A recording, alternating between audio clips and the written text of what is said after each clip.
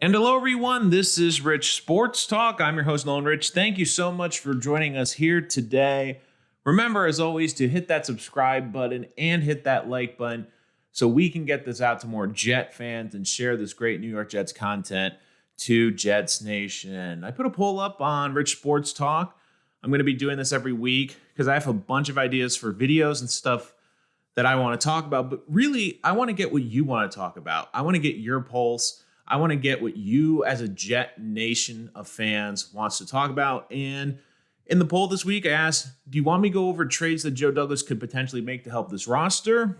Or do you want me to evaluate Joe Douglas so far? And you picked Joe Douglas. So that is what I'm going to do today.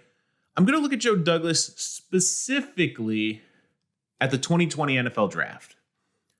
Because there was, of course, tweets coming out, I believe it was week 2, looking back at Joe Douglas's draft class, and that in that game, only one member of that draft class was suited up, and that was Bryce Hall. So let's get into this. This is such an interesting thing to talk about, and I just want to start off by saying I do support Joe Douglas. I do believe he has a vision, and I do believe that he has a good eye for talent in the draft. However, I do get the criticism that this is his roster. This is, especially the offensive line that he has brought in free agency, hasn't been great. You can debate that. But I really want to focus on his drafting because this is where he's coming. Now, it's a little early to judge the 2021 class, but I do think it looks a lot better than the 2020 draft class. But I wanted to start off before I get into the selections with a little bit of context that I do think is highly, highly overlooked.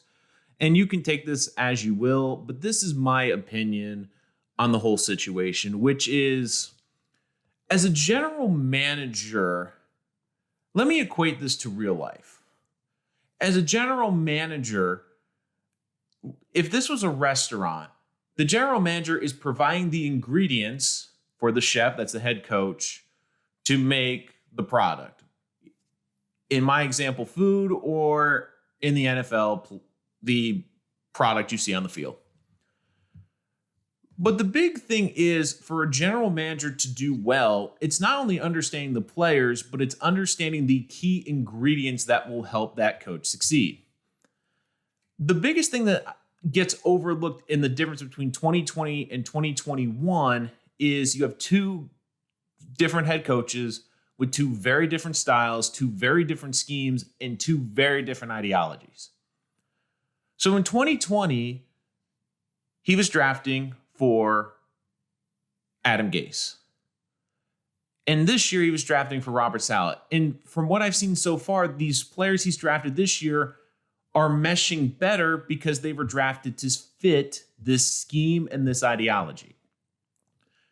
And I know what a lot of you are going to say. Well, if you're drafting players in the third rounds, they shouldn't be based on scheme. And I get that. That is a very good argument. But we've also seen it time and time again in the NFL with players. How often do you see a great wide receiver hit the free agent market, go somewhere else and struggle?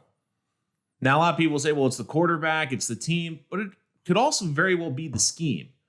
And then we see guys that struggle in one organization go to another one and explode because they fit the scheme better. They fit the ideology better. So that was one of the tricky parts with the 2020 draft is you had ingredients for a coach that's no longer there now being used by Robert Saleh in this new regime. Now, I'm not saying you get a complete mulligan on the draft because the coach has changed. I get that. I'm not saying that at all. But I do think we have to take a little bit of a grain of salt when we evaluate the 2020 class because they were drafted to fit what Adam Gase wanted to do as an offense and a defense and what Robert Saleh is doing. The Jets have been very fortunate because they've run a similar or somewhat similar 3-4 system for years. This is the first time they've really gone to a 4-3 and a cover 3 defense. That is completely the opposite of what Adam Gase wanted to do. They're doing a zone blocking scheme. They're looking for receivers that are great route runners. it's almost polar opposite of what Adam Gase wanted to do. So a lot of the players that were drafted in 2020 might not fit as well in the scheme. And I know it's tough because with the Jets draft history, you don't want to waste drafts. You don't want to waste draft picks, but we have to understand that some of these guys are not going to be as good of fits because they weren't drafted to be fits in Robert Saleh's team. But with that being said, let's look back at the draft and see, did Joe Douglas do a great job? Now, the first pick is Mekhi Becton. And Mekhi Becton, there is a lot to like about Mekhi Becton. And really when it came down to it, was between Tristan Wirfs and Mekhi Becton, who were basically the two best offensive linemen left on the board. And at the time, it made sense to get Becton because he was projected as a left tackle. Personally, I like Tristan Wirfs. I felt Tristan Wirfs was the safer pick, but the Jets had already signed George Fant to play right tackle. Wirfs projected at the best to be a right tackle, but also a guard. Now, it also helps, too, that he went to Tampa Bay, where they have a great offensive line, and it takes a lot of pressure off of him. So I get what Joe Douglas was thinking at the time, but the concern was the weight and the injuries. Now, Mekhi Becton has shown when he's on the field, he can be a dominant player. The question is he going to be healthy long-term, and is he going to get the weight under control? Those are two very big concerns with him going forward, because when he's healthy, he's a dominant player. But they need him on the field. And when I judge a draft class, I really think you got to give it 3 years. One of the big parameters is, who do you give a second contract to? And I'll be honest, right now, there's not a lot of guys you would give a second contract, but you also haven't seen them play, and I'll get into that in a little bit. But for Mekhi, the big thing is Joe Douglas saw the talent, and you've seen the talent on the field. The question is, can that talent stay on the field? So I do think it's important to see what happens with Mekhi. And a lot of this is going to be on Mekhi because he has to learn how to stay healthy. He has to learn how to keep his body healthy. There's a lot of talent there. Joe Douglas saw the talent, and I do think he'll work in this scheme. The question is, once again, health.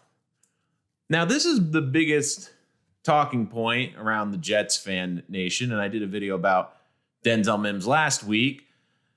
And this is the one where a lot of people are going, oh, is this going to be another wasted second-round pick with Denzel Mims? And look, Mims never really fit exactly what Robert Saleh wanted to do, but I've also been a proponent of he's a talented player. They need to figure it out. But Jet fans also have to remember the Jets weren't exactly banging the table for Denzel Mims. And let me explain. When Elijah Moore fell to the Jets at pick 34, a guy who they thought on their board was a top 16 player, you could see how excited they were. And granted, Elijah Moore's had a slow start. I attribute a lot of that to the injury in training camp, missing key training camp reps like Elijah Vera Tucker, and now with the concussion. I do think once he gets up to speed, he can be a very good player, and the Jets need to play him more in the slot, which is where he played in college and where he's more comfortable. But people forget this with the 2020 draft. The Jets had a chance to pick Denzel Mims earlier, and they decided to trade back 13 picks to get an extra draft pick. And then when they got to that pick, they decided to go with Denzel Mims. It wasn't a situation where if Joe Douglas really loved Denzel Mims, really loved him, do you really think he would have taken the chance that Mims would have been there 13 picks later? No. I believe it's a situation where they traded back. Mims was at the top of the board, or one of the top 2 or 3 players on the board, and they wanted a wide receiver, and it fit what Gase wants to do, which is have guys that are physical receivers that can go up and high point the ball and also make plays on the outside. So it fit what Adam Gase wanted to do. And really, for Mims, he's gotten behind the 8 ball in both training camps. But once again, and this is the hope I think for Jet fans, is that even though he hasn't been active, you hope that he gets in this roster, he gets up to speed, and then can make plays. And this is the key thing with this Jet draft. It's going to be the first 3 picks that really make or break if this is a good draft. And the hard part is they haven't been healthy. Mims wasn't healthy. Mekhi Bectonser, and then we get to Ashton Davis, and Davis hasn't played. And I think that's part of it too, is we haven't seen Davis play. And you saw flashes last year that he's athletic, he can make plays, but will he fit this system? Will he fit this scheme? And if he fits the scheme and he's flying all around the place and making plays and looks healthy out there, it's going to look like a good pick. But once again, these first 3 picks for Douglas, and I get health, you have to evaluate players' health, but we haven't seen Ashton Davis play this year. And if he comes along and plays well and looks like a starting caliber safety, then it's going to be a good pick. But then we get into the next 3 picks, and then these are picks where you can get on Douglas a bit. Jubari Zuniga, I wasn't really a huge fan of him coming out. But once again, this was a guy that projected to be a stand-up pass rushing outside linebacker in a 3-4. They've changed to a 4-3, and he really doesn't fit the scheme.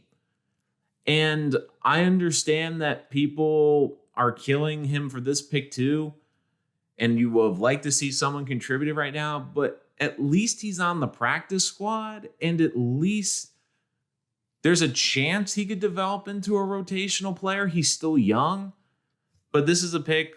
I get it. You can really be hard on Douglas for this one because I didn't love the production in college. I didn't love the injury history in college. This was a little bit of a head scratcher to me. In my evaluation, this was a pick I did not like at the time. So if you want to get on Douglas for a pick, this could be one. But once again, he was trying to find a pass rusher in a 3-4 scheme, and now they've completely changed the scheme. And scheme's important for LaMichael Pirine. He's a more physical back. He's a more get up and down back. In this scheme, you're looking for guys with more agility, more explosiveness, guys that can make that one cut. And he's been a healthy scratch like Mims. I think as the season goes on, you'll see him carve out a little bit of a role, maybe as a power back. But once again, the scheme changed. And like Mims, they found a player in this year's draft that they felt was a better fit in Michael Carter. And Michael Carter looks more comfortable and looks like a better fit for the scheme. Granted, he needs to learn how to catch the football better, but it looks like it's a situation where you had 2 positions in back-to-back drafts where in that round you found a guy that you felt was a better player. And you can't blame Joe Douglas for taking a better player and trying to upgrade a position. Now, this is the big one. I've never agreed with this pick, which was the James Morgan pick in the 4th round. I was a proponent of, at this point in the draft, trying to take a chance on either a pass rusher, on a tight end potentially, on an interior lineman that you could develop. And Morgan was brought in, and I get Douglas's thinking, which was he's a very smart kid. He'll help in the quarterback room with Sam Darnold. He'll help him work on studying the film. And potentially, because he's a smart kid, maybe he'll get some playing time in the preseason, look good, and the Jets could swap him for a pick. But with a roster that was devoid of talent, this was a wasted pick, and he's no longer on the Jets. So that was a terrible pick by Douglas. I'm not defending that at all. And Cameron Clark is a funny one because I really like this pick coming out. He was basically redshirted last year. And unfortunately, he had a serious injury in camp. And it's frustrating because it was early in camp, because could this have been a guy that pushed Greg Van Roten out of the guard position? It's possible, but it was a devastating injury, and you hope he can come back and hope he can play. But it's just one of those things in the draft where health comes in. And if you're a general manager and you hit on 33% of your picks, you're happy with that. And then we get to the end of the draft. I thought he did very well, which is Bryce Hall, who's a starting player, looks pretty good, has played the cornerback position better, and it's been better than a lot of people expected. And then Braden Mann. I mean, before his injury, he's a pretty good punter.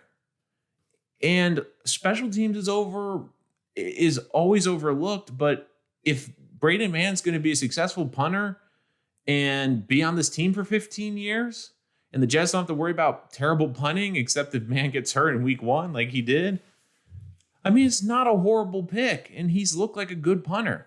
So I can't really knock that pick. And one of the things that I really believe that gets really overlooked from this draft class is the draft just isn't just about the people you pick in the first 7 rounds. It's about what you do at the undrafted free agency.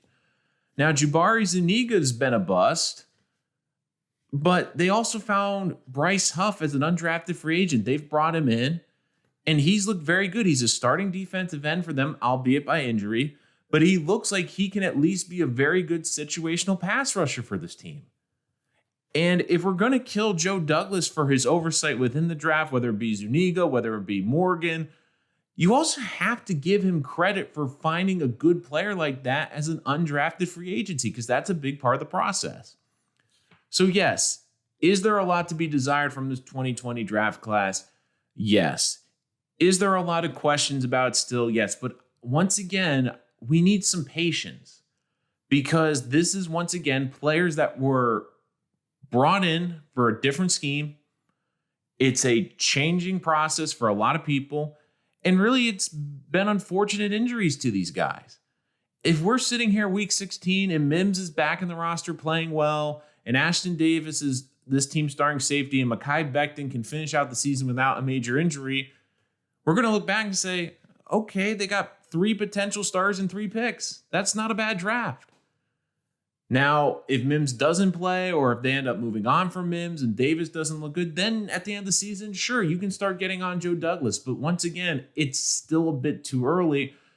And we do have to take the 2020 draft into context. It was also his first draft. That is very difficult as a general manager.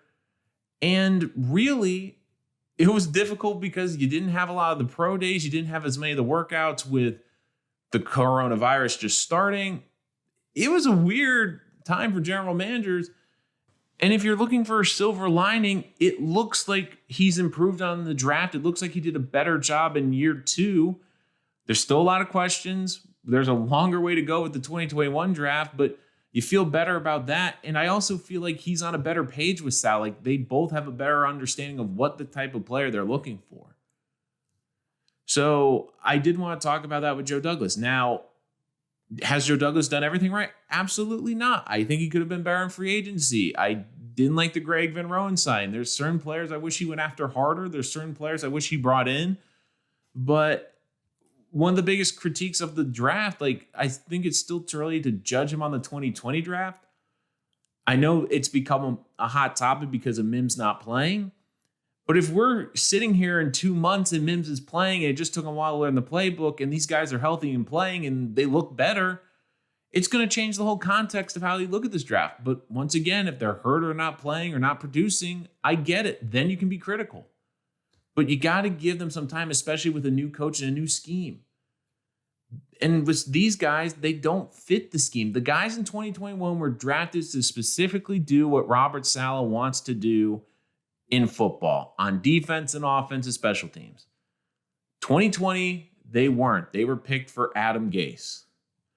So I do think we have to keep that in mind as well. So I think Joe Douglas still has a lot of growing pains. I still think that he could do a better job in the draft, although I do feel better after the 2021 draft.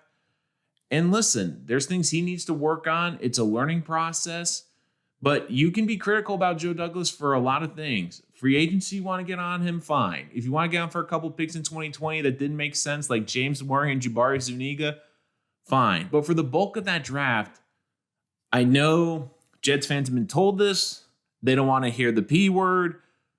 And I get it. And I get the frustration. But you have to have a little bit of patience. And I know that's very difficult. But let's really start to judge this class at the end of the season. And if they do not perform and if they do not look good, then yes, I will be critical of Douglas. Will I still have a little bit of an asterisk because these are guys that were picked for a different coach? Yeah, I do think we do have to keep that in mind. But we have to give this class time because we have to see if Mims comes back. We have to see Ashton Davis get back on the field. We have to see Kai Becton get back on the field. But once again, time will tell. And there's still time to figure out if this was a good draft class. And Jet fans, once again, I know you don't want to hear it, but you have to be patient to really judge this draft class. That's going to do it for this episode of Rich Sports Talk. Thank you so much for joining us on the program today. Make sure you hit that subscribe button because it's going to help us get more traction. We want to get this out to more Jet fans, and hit that like button to help with the algorithm. And of course, we're going to be putting polls up, so keep looking on the channel. We want your feedback. We want to know what you want me to talk about, what you want to talk about as fans, as Jet fans. Thank you for helping me with this week. We talked about Joe Douglas. I'll put up another poll next week. You can tell me what you want to talk about, and we will go from there. But once again, thank you so much for joining us here today. And until next time, this is Rich Sports Talk.